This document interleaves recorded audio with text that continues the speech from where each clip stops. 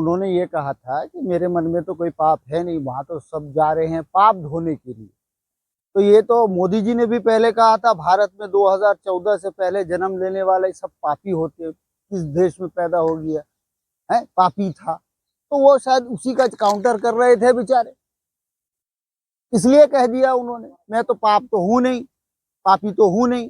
तो वो तो पाप वाप के नहीं, ऐसे ये पाप पुण्य का जो खेल है, स्वर्ग नरक का जो खेल है, ये शुरू से ही ब्राह्मणवाद का रहा है, ठीक है ना, उसके लिए। और रही बात चंद्रशेखर की, वो एक रैशनलिस्ट है, ठीक है ना, वो एक नेता है, वो एक पॉलिटिकल पर्सन है। उन्होंने सही बात कहा है। आप देखिए 40 करोड़ लोग आएंगे, 5 करोड़ नहा रहे हैं, पता नहीं पूरा गंदा गंदा करके रख दिया। दूसरी बात ये है, वो जो महाकुंभ है उसका हिस्टोरिकल बैकग्राउंड अगर देखते हैं तो सम्राट अशोक के टाइम से वो शुरू हुआ है। वो महादान पर्व है जो हर 12 साल में गंगा जमुना के किनारे लगाया जाता था। हर्षवर्धन ने शुरू किया था और उसके बाद फिर ये 300 साल पहले ही इन्होंने इसको हाईजैक कर लिया। हाँ, ये मुसलमानों के दौर में हुआ, जब मुसलमानों के यहाँ शासनकाल थी, उसी दौर में ब्राह्मणों ने जो है इसके जरिए से इसको हाईजैक कर लिया। वैसे अगर देखा जाए, बाबा साहब ने भी अपनी पुस्तक जो है ना, बुद्धा एंड हिज धम्मा में, इसको पूरी तरह से क्लियर करके दिया है कि किस तरह से बौद्धों की ही पूरी परंपरा को 1000 साल के अंदर उसी को हिंदुइज्म बना के प्रस्तुत कर दिया गया।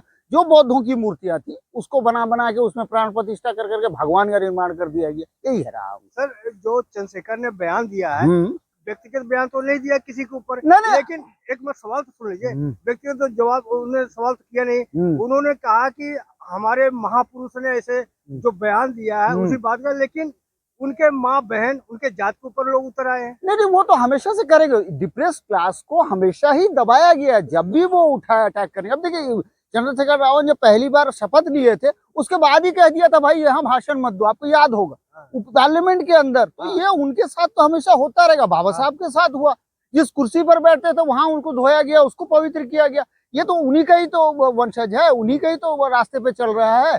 भारत का सबसे इंटेलिजेंट कम्युनिटी अगर कोई है तो वो एससी समाज है, जिसको हम आज बहुजन कहते हैं, शेड्यूल कास्ट, जो बाबा साहब की कम्युनिटी से आता है, चाहे महार हो, जाटव हो, चाहे वाल्मीकि हो, व्हाटएवर जो भी हो, जो शेड्यूल में आते हैं, या एसटी है, वही सबसे इंटेलिजेंट और सबसे जो कहते हैं ना तार्किक लोग हैं। और इनको जो है जानबूझ के दबाया जाता है, क्योंकि यही ब्राह्मणवाद का सही तरीके से किलाकमा कर सकते हैं, पाखंडवाद को ये हटा सकते हैं। इसलिए इनको अछूत कहा जाता है, नीच कहा जाता है ना, इसलिए कहा जाता है। सबसे इंटेलिजेंट कम्युनिटी है, तो इसीलिए टारगेट किया जाता है, इसको लीडरशिप में आने नहीं देना है, ये मकसद होता है उनका। सर, जो चंद्रशेखर ने बयान दिया है और इसके काउंटर में लोग करेंगे हमारे ऋषि मुनि जो थे, उनका अपमान हो रहा है। तो चंद्रशेखर भी तो अपने क्या अपमान हो रहा है? अपने सवाल सुन लीजिए। अच्छा। तो चंद्रशेखर ने भी तो अपने जो रविदास थे, कबीरदास थे, बाबा साहब अम्बेडकर थे, बुद्ध की बात तो वो भी कर रहे हैं, ये तो अपनी बात तो नहीं कर रहे। नहीं, मैं आपसे वही तो कह रहा हूँ। रही बात बुद्ध की, रविदास की, कबीर की, बाबा नानक की, और उसके बाद जो है संत रविदास की, फुले की, पेरियार की, अम्बेडकर की, ये महापुरुष है। They are all human being. वो समाज सुधारक हैं, वो कोई भगवान, ऋषि, मुनि, अवतार नहीं है। तो उसका वो चादर क्यों ओढ़ते हैं? तो वो ओढ़ते हैं ना, वो तो किसी का भी ओढ़ लेंगे। वो तो पत्थर में प्राण प्रतिष्ठा कर देंगे। क्या बात कर रहे हैं आप? वो तो पत्थर में प्राण प्रतिष्ठा करके कहते भगवान है। आपने प्राण प्रतिष्ठा का नाम लिया, मुझे याद आ गया। हाँ। तो आपको सही आजादी कब मिली है? सही आजादी तो हमको अगर कही जाए तो 1947 में मिल गई थी, 15 अगस्त को, जब अंग्रेज यहाँ से छोड़ के गए, कॉलोनिज्म को छोड़ दिया। अब लेकिन सत्ता में जो है बैठे हुए लोग हैं, संविधान के होते हुए, तो ये जो है ब्राह्मणवादी लोग बैठ गए, जिनके अंदर न्यायिक चरित्र नहीं। मोहन भागवत तो कर रहे हैं कि जब ये प्राण प्रतिष्ठा हुआ है, सही बात है, राम मंदिर का, तब सही माने में आजादी मिली है। देखिए, मोहन भागवत का बयान जो है ना, हमेशा जो इसमें रहता है, उनका जो दिमागी संतुलन जो है बिगड़ गया। कभी कुछ कहते, कभी कहते मस्जिद के अंदर मंदिर ना ढूंढो, कभी कुछ कहते हमारा डीएनए एक है, कभी कहते पंडितों ने जाति बनाई है ना, कभी कुछ तो उनका कुछ, कभी कहते आरक्षण पर समीक्षा होनी चाहिए, फलाना ढिकाना, है ना, ये सब भी है। तो क्या कहते हैं, वो गिरगिट की तरह रंग बदलते हैं। संघ का शुरू से, संघ परिवार का शुरू से रहा है कि वो उसके जो लोग होते हैं, वो प्रमुख होंगे, वो हमेशा इस किस्म का बयान देंगे ताकि इधर भी रहो उधर भी रहो, अब कंफ्यूज करते रहेंगे। कंफ्यूज करना काम है। और दूसरी बात ये है, संघ परिवार का जहां तक सवाल है, संघ परिवार या संघ प्रमुख जो है मोहन भागवत जी, कोई संवैधानिक पद पर नहीं।